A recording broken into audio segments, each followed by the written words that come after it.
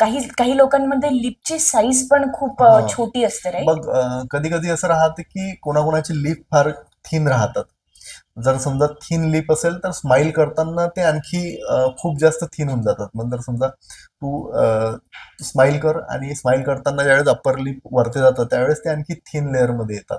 तर मग अशा ह्याच्यात जर आपण त्यामध्ये जर समजा फिलर ऍड केलं, जर ज्यांच्या ज्यात लिप थिन असेल तर आपण जर फिलर ऍड केलं तर त्यांनी पण एक फुलनेस येतो आपल्या अप्पर लिपला, म्हणजे दोन्ही लिपला फुलनेस आला तर आणखी स्माइल करताना जो शेप राहतो म्हणजे जवळपास 1 ते 2 आपण गम्स जे आहेत ते थोडे कमी दाखवू शकतो म्हणजे शो करू शकतो. ओके. हा सो आय गेस ही रिसेंट जे केस तू केलेली आहेस, that is a combination of हा बोथ दिस ट्रीटमेंट्स. त्यामध्ये मी बोटॉक्स सुद्धा केलं आणि फिलर सुद्धा केलं. अच्छा. सो त्यामध्ये अप्पर लिप जे होतं या पेशंटचं खूप थिन होतं म्हणजे स्माइल करताना खूप वरती ज्यावेळेस लिप जायचं त्यावेळेला